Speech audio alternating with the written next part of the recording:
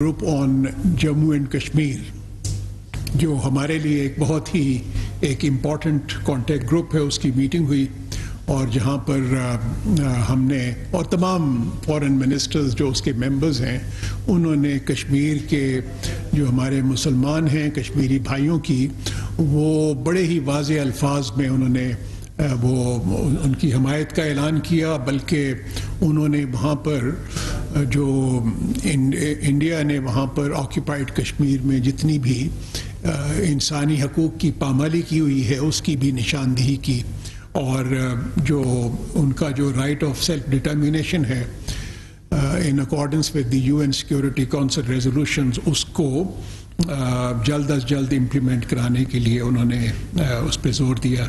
پھر اس کے علاوہ شنگھائی کوآپریشن آرگنائزیشن کی منسٹریل میٹنگ تھی جس کو میں نے اٹینڈ کیا، اور اس کے اندر ہماری ایک اسٹیٹمنٹ بھی ہوئی۔ سیکا جو ایک آرگنائزیشن ہے اس کی بھی ہوئی۔ G77 اینڈ چائنا کا ہے جو ہمارا جو گروپ ہے اس کو بھی، جس کو ہم نے پچھلے سال چیئر بھی کیا تھا کلائمیٹ کے ایشوز پہ، اس کی یہاں پہ اس دفعہ میٹنگ ہوئی تو اس کے اندر بھی ہماری ٹیم تھی، جس کی پھر ایک لاس اینڈ ڈیمیج اور کلائمیٹ ریلیٹڈ جو میٹنگ تھی اس کے اوپر بھی اس میں ہماری کافی ایکٹیو پارٹیسپیشن رہی۔ میری کوئی تقریباً 20 کے قریب بائیلیٹرل میٹنگز رہیں فارن منسٹرز آف جو مختلف ممالک کے سے، جس میں یورپین فارن منسٹرز بھی تھے، مڈل ایسٹ کے بھی تھے، اور پھر عرب لیگ کے سیکرٹری جنرل اور GCC کے سیکرٹری جنرل وہ بھی شامل تھے۔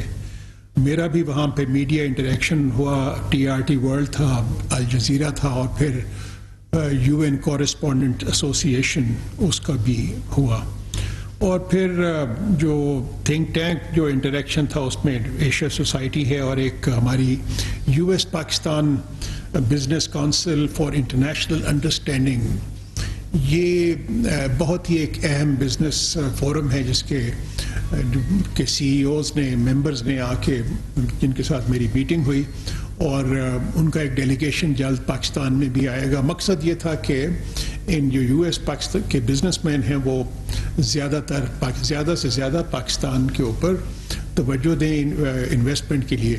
ان کو پھر جو ہمارا اسپیشل انویسٹمنٹ فیسیلیٹیشن کونسل ہے اس کے اوپر بریفنگ دی گئی، تو جس کے اوپر وہ ایک کافی ایکسائٹمنٹ تھی۔ پھر ایک ہمارے پاکستانی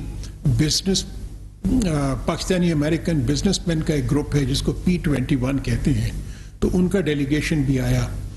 پرائم منسٹر نے اپنے جو اجلاس جو UN سیکورٹی کونسل کا جو ایڈریس تھا اس کے اندر انہوں نے اعادہ کیا، ایک تو کشمیر کی جو آزادی ہے اس کے لیے، رائٹ آف سیلف ڈٹرمینیشن کے لیے، اس کے لیے پاکستان کی جو بھرپور جو سپورٹ ہے اس کا اعادہ کیا، اس کی ہائی لائٹ کیا، وہاں پہ جو ہیومن رائٹس کی وائلیشن تھیں۔ جو پرائم منسٹر نے اپنے ایڈریس کے اندر وہ جو ڈیولپمنٹ جو ہمارے آبجیکٹیوز ہیں SDGs کے، اس کو پورا کرنے کی کمٹمنٹ کا وہاں پہ اظہار کیا، اور اس کے لیے جو پاکستان نے سٹیپس لیے ہیں اس کو بھی ہائی لائٹ کیا۔ اسی طریقے سے پرائم منسٹر نے اپنے جو خطاب کے اندر جو اکنامک سچویشن ہے پاکستان کے بارے میں، اور کہ کس طریقے سے اس کو امپروو کیا جا رہا ہے، جس قسم کے اقدامات کیے جا رہے ہیں اس کے بارے میں بات کی۔ اسپیشل انویسٹمنٹ فائنینشل جو ہمارا فیسیلیٹیشن کونسل ہے اس کی بات کی، اور پھر کلائمیٹ چینج جو کہ ہمارا بہت بڑا چیلنج ہے اس کے بارے میں بات کی گئی۔ اور prime minister also called for the implementation of the commitments which were made in COP27 in Sharm el-Sheikh related to loss and damages and the climate fund. اور پھر انہوں نے جو کلائمیٹ کی جو کمٹمنٹ تھیں اس کے بارے میں کہا کہ وہ جو ایک اینول فنڈ جو کرنا ہے کریٹ، اس کو جلد از جلد کریٹ کرنے کی ضرورت پہ زور دیا. وہ کوئی تقریباً $100 بلین کا فنڈ ہے اور اس کے اندر انہوں نے اس بات پہ زور دیا کہ اس میں سے 50% of that $100 billion can be spend on adaptation in the most affected countries. تو یہ ان کا ایک مختصر سا ایک خلاصہ تھا جو کہ وہاں پہ ان کے ایڈریس کا تھا. تو میں سوچا کہ آپ کو ان چیزوں کے اوپر بریف کروں اور ساتھ ہی ساتھ اگر آپ کے کچھ سوالات ہوں تو ان کو جواب دیا جا سکتا ہے. تھینک یو سو مچ.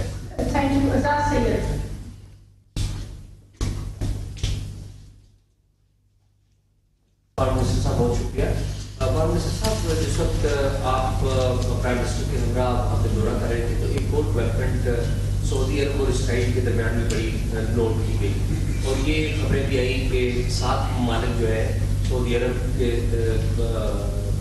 جب اسرائیل کو تسلیم کرے گا تو 7 مسلمان ممالک بھی تسلیم کر لیں گے اسرائیل کو. تو کیا اس حوالے سے کوئی آپ کی ڈیلیبریشن ہوئی ہے پرائم منسٹر کے ساتھ اور اس کے واقعی اسرائیل کو تسلیم کرنے کے حوالے سے ابھی کیا ڈیولپمنٹ ہے پاکستان سے؟ میں آپ کو ایک چیز بتاؤں جی کہ یہ وہاں پر بھی یہ سوال کیے گئے وہاں پر, تو ہمارا جواب جو اس کے بارے میں ہے وہ تو بڑا ہی کلیئر ہے. ہمارا جواب یہ ہے کہ ہم ایک تو جو بھی فیصلہ کرتے ہیں پاکستان میں کسی بھی ایشو کے اوپر تو اس کے اوپر وہ ہماری جو نیشنل انٹرسٹ ہوتے ہیں وہ سر فہرست ہوتے ہیں. اور اس وقت ہمارے ہاں کوئی بھی ایسی سوچ نہیں ہے پاکستان میں اسرائیل کے بارے میں. اس لیے سوچ نہیں ہے کہ وہاں پہ UN جنرل اسمبلی میں جب جو ہمارا پرائم منسٹر کا خطاب تھا یا میرا ایک OIC کانٹیکٹ گروپ کا جو آن پیلسٹائن پہ تھا, جو میں بھی اس کا member as foreign minister Pakistan بھی ممبر ہے, تو اس میں ہم نے بڑے ہی واشگاف انداز میں اس بات کو کلیریفائی کیا تھا کہ جی کہ کشمیریوں کے ساتھ جو ایک جبر و ستم ہو رہا ہے اسرائیلی فوج کے ہاتھوں, اس کو ختم ہونا چاہیے اور کشمیریوں کو ان کا حق خود ارادیت ملنا چاہیے اور کشمیریوں کو فلسطینیوں کو ان کا حق خود ارادیت ملنا چاہیے اور وہاں پر جو سیٹلمنٹس ہو رہی ہیں ان کو بند کیا جائے. اور فلسطین کا جو مسئلہ ہے وہ فلسطینی عوام کی امنگوں کے مطابق حل کیا جائے اور ان کے جو پاکستان یہ چاہے گا کہ کشمیری جو کشمیری وہ فلسطینی عوام جو ان سے ہیں ان کو pre-1967 جو بارڈرز ہیں اس کے مطابق ان کا فلسطین ایک آزاد ریاست کے طور پہ قائم ہو اور جو القدس الشریف ہے وہ اس کا فلسطین کا دارالخلافہ ہونا چاہیے. یہ پاکستان کی پوزیشن تھی. اس کو پاکستان نے بارہا وہاں پر اس کو ری ایٹریٹ کیا. ہم نے جو میڈیا انٹریکشن میں بھی اور UN کی جنرل اسمبلی میں بھی جتنے بھی اجلاس ہوئے اس میں بھی یہ بات کی گئی. اور میں ایک چیز اور بتا دوں کہ جو اسرائیل کے متعلق یا فلسطین کے بارے میں جو پاکستان کی جو پوزیشن ہے وہ کل بھی وہی تھی, آج بھی وہی ہے اور انشاءاللہ مستقبل میں بھی وہ وہی ہوگی. پاکستان, ایک سوال کسی نے مجھے کہا کہ جی کیا پاکستان تقلید کرے گا باقی ممالک کی جو اپنا ان کے ساتھ رابطے میں ہیں, تو ہم نے کہا کہ جی وہ ہم تقلید کے چکر میں نہیں ہیں, ہم کرتے, ہم اپنے نیشنل انٹرسٹ کو دیکھتے ہیں. ہمارا جو موقف ہے وہ اپنا ایک کلیدی بنیاد پہ ہوتا ہے, تقلیدی بنیاد پہ نہیں. کس کی کلید نہیں جی, میں آپ کو ایک چیز بتاؤں کہ جو فلسطین کا جو ہے حق خود ارادیت کا جو ان سا ہے جو ایشو ہے وہ بھی کشمیریوں کا بھی وہی ہے. تو اگر ہمارا جو نیشنل انٹرسٹ حق خود ارادیت کے ساتھ وابستہ ہے, اگر ایک ہمارے کشمیر کے ایشو کے ساتھ, اور ہم کو اگر کہتے ہیں کہ جی فلسطین کا بھی وہی ہو, تو وہی ہے basically that becomes part of our national interest.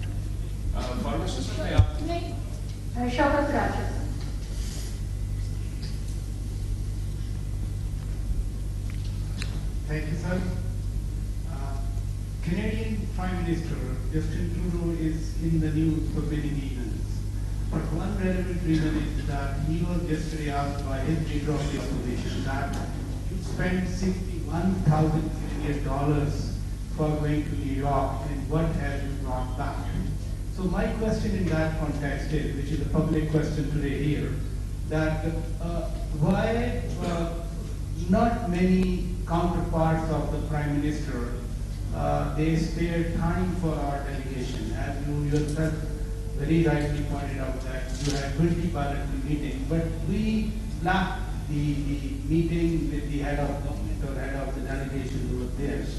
My second question is, when you had meetings over there or it was there, Election Commission of Pakistan came with an announcement of January last week's election.